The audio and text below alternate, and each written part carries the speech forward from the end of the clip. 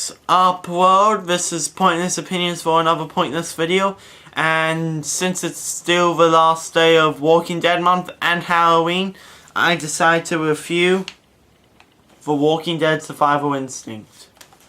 Wait, yeah, it does say The Walking Dead Survival Instinct. I thought it just said Walking Dead. Now, The Walking Dead Survival Instinct is just an average game when one of the world's most popular series now, due to the success of the TV show, is decided to make a game of everyone's favorite TV show character, Dale. Now, it does sound like a good idea, plus it's all about his past and how he met up with his brother during the apocalypse and how he met Dale's group from the TV show. Now, I'm going to be judging this off story and gameplay. And there is going to be spoiler alert for a TV show reference and just this whole game in general, really. So, let's begin. And before we start this, I'm not going to add the top of the graphics in. Most people say, the graphics are terrible for 2013. I could see Dale, I could see the zombies just fine, so they're not terrible.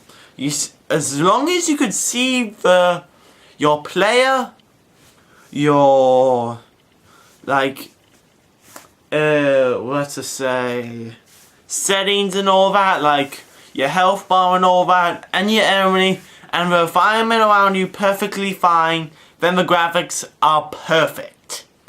So, now let's begin.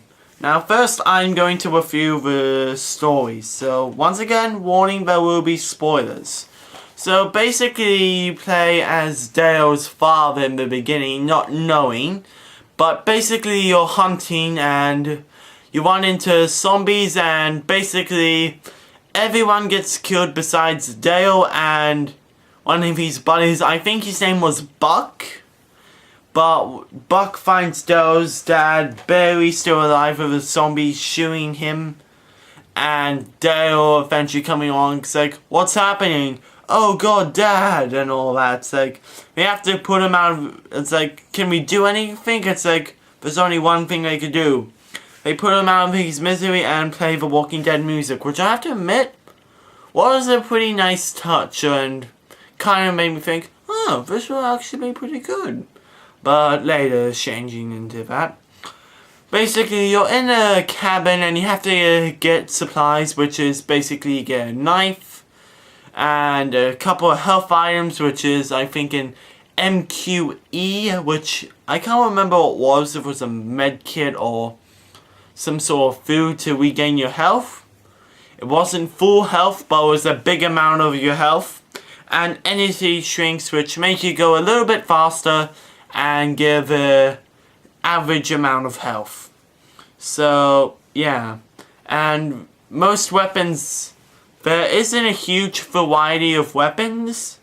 And you only have 10 slots on your character. So there has to be room per weapon. A melee weapon, and if you have a gun, you have to also have the gun, which takes up a slot. And what was it again? The gun and the ammunition for that gun, so you really don't have a lot of open space for like having good stuff, but you can store it, which is a good thing. So yeah, along the way you can meet other survivors and add or put them in your car, and there are different vehicles which could hold a amount of people, but really you just want vehicles which could hold the maximum amount of people. So yeah, that's always a good thing to have, but the survivors you could have, they're all useless. You could recruit them and all that, but they do absolutely nothing for you. All it is, like, on the back of the box it says, choose to survive and live with the consequences.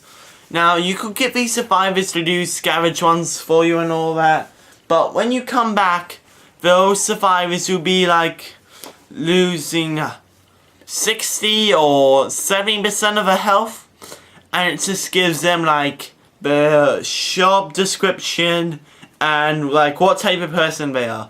Are they reckless and all that? And you really don't care about those people. I mean, there's a few people which you have to have mandatory on you, like your cousin, some Chick, and Mo. Now, basically you go through 3 areas. The first one is when you meet up with Mo and all that. Your friend Buck or whatever also dies since he got turned or bit. And basically you just survive until you get to Mo. Basically Mo's in a prison. He's gone delusional from lack of food and drink, and starts killing random people or just starts shooting things on his rooftop. And basically you take Mo and try to get paramedics. The way you travel is also kind of annoying because the 3 routes you have are country roads. I don't remember specific names, but I think normal roads and city roads. Country roads are when you have a low chance of breaking down but a high chance of finding supplies.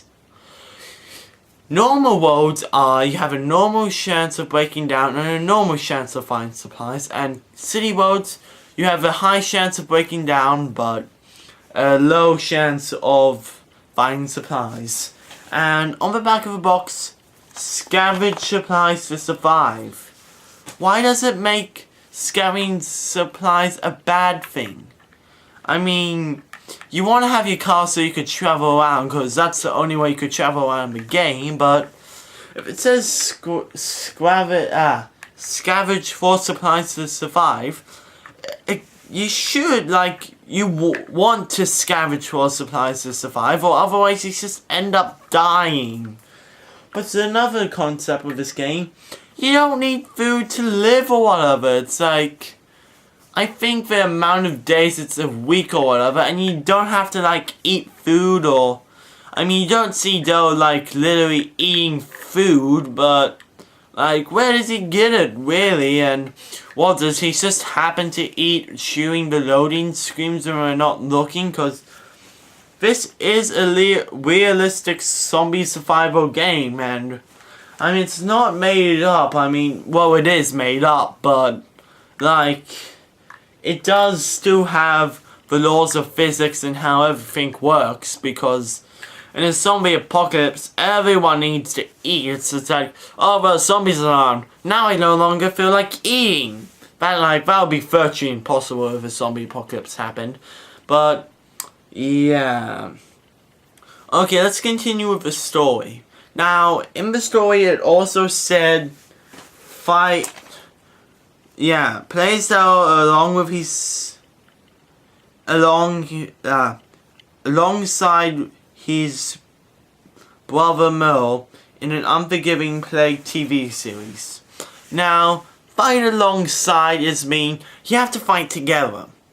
None of that happening. Literally all the times you spend with Merle, he just sits there and doing nothing. Literally, he just sits there. And when you're supposed to scavenge or supplies, he just sits there by the car as well. And chewing one bit, he just runs off and bam, he's at the end when you just run into some girl again and you have to shop her off. And when you're on the Atlantic safe zone with the survivors you carried, it's it goes to the screen where you load, but in the Atlantic safe zone where the screen usually happens, you just basically run away. All your survivors just run away, and you go through the level with a helicopter, and zombies they'll be keep the zombies trying to attack that helicopter, and they're very easy to kill if you just step away from the helicopter, shooting them one by one in the head. I mean, there's nothing really special about it, and the survivors fly away. Dell wanted to get in the helicopter, but Mo said the pilot was bit, and the thing ends. And about those people who said, you also find out how Dell gets his crossbow. Basically, Mo just goes to a bikie gang of survivors, and it's like literally, oh, you think I forgot your crossbow? It's like, basically, in my opinion, this is what the scene was like for me. Oh, and here's the crossbow, cause we have to feature it, and there's an extremely lazy way to do it. Cause that is an extremely lazy way to do it, like I always said. I could even think of a better way. When you're in the shack, it's like a mantelpiece. And it's your father's. I'm not sure, Doe sheds a goddamn tear for some reason. And bam, that's a better way of introducing the crossbow than, oh, don't think I forgot your crossbow and just randomly throw it for no good reason. But yeah, that's the whole story side. But for the gameplay bit, I have to admit, I didn't show the gameplay, but it was broken at a few moments. One broken bit was the grappling system. How zombies just could grab onto your shoulders and you could be surrounded by 6 or 20 zombies if you play horde mode, and those just like wait for you to kill one zombie and the other one pops in front of you. I mean, if it was a zombie apocalypse, the zombie would grab onto you, be trying to wiggle free, and the other zombie would just bite you, not just wait, oh, I'll just let you finish and we'll defile and I'll let you have him since he's yours, and oh, Dale kills him. Oh, that's kind of stupid how one enemy will attack you and the others will just wait there, because zombies don't do that. Zombies aren't patient. All they want is to murder you, literally. So, yeah. Okay, anything else about gameplay? I think I covered it up about the high roads. There's not really many other things. I mean, you could possibly meet Andrea's father, which is just a theory in my opinion, when he said he had 2 girls in Atlanta waiting for me and all that. Which could be Amy and Andrea, but man, it really doesn't matter, because when the pilot flies away and Mo saying he probably was bitten. But yeah, there's not many really other options besides if you rescue Pacific survivors. You could get an achievement or for that, and you get achievements for surviving a certain amount of a gender. And when you complete the game and all that, you could basically have little perks to add in if you save Pacific survivors or get every single Pacific one. Like you could have unlimited ammo, silencers and all that, which really doesn't add much replay value to it, and the game will only take you 6 or 5 hours, and if you want to redo it again, it's probably another double that. Plus, seeing the gameplay, you could, here's the path, you could just go down a straight line, and sometimes you have the choice of going left or right, and then it's just, then they both left and right paths just meet together in the same way. So, yeah, you could sometimes just choose to leave a character to... Yeah, there's nothing really interesting about the game. I mean, I did enjoy the gameplay for what it was, and making it challenging to defeat 3 walkers unless they grapple you. And the horde mode was kind of fun to play, and yeah, I have nothing really else to say besides the crossbow. Oh wait, I don't know, also have to charge the crossbow before I end the video. But with the weapons, you have up to 10 slots. Now there are 3 or 2 mandatory places for a spot. You have your knife, which is basically a mandatory melee weapon which you get at the beginning of the game. You could get many other weapons, but there's not really many other weapons. Plus there's also heaps of repeating maps, except for the main missions. So, yeah, nothing great else interesting to say. No. But, okay, let's give the scoring system for the game. For the story, I'm not going to do a number system as well. For the story, garbage. Absolute garbage. For the gameplay, enjoyable, but had its broken bits, like using a crossbow. When you like shot a wall or something, the arrow would completely disintegrate. But if you shoot a zombie in the foot, it would still be there.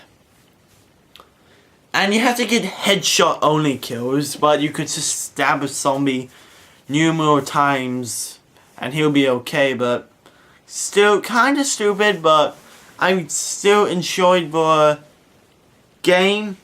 I wouldn't recommend buying this game, but if you pre-order it, you got the Horde mode. Unless if you're in Frankston, like what happened with my friend when they just made the game $10 cheaper, which I have to admit is quite a rip-off, but still, Walking Dead Survival Instinct. If you're looking for a small game which is enjoyable to play, this might be the game you're looking for, but trust me, the story ain't worth it and the gameplay is broken at times. So yeah, this is Pointless Opinions for the last video of Walking Dead month. Signing out, and I'll see you guys whenever. Bye.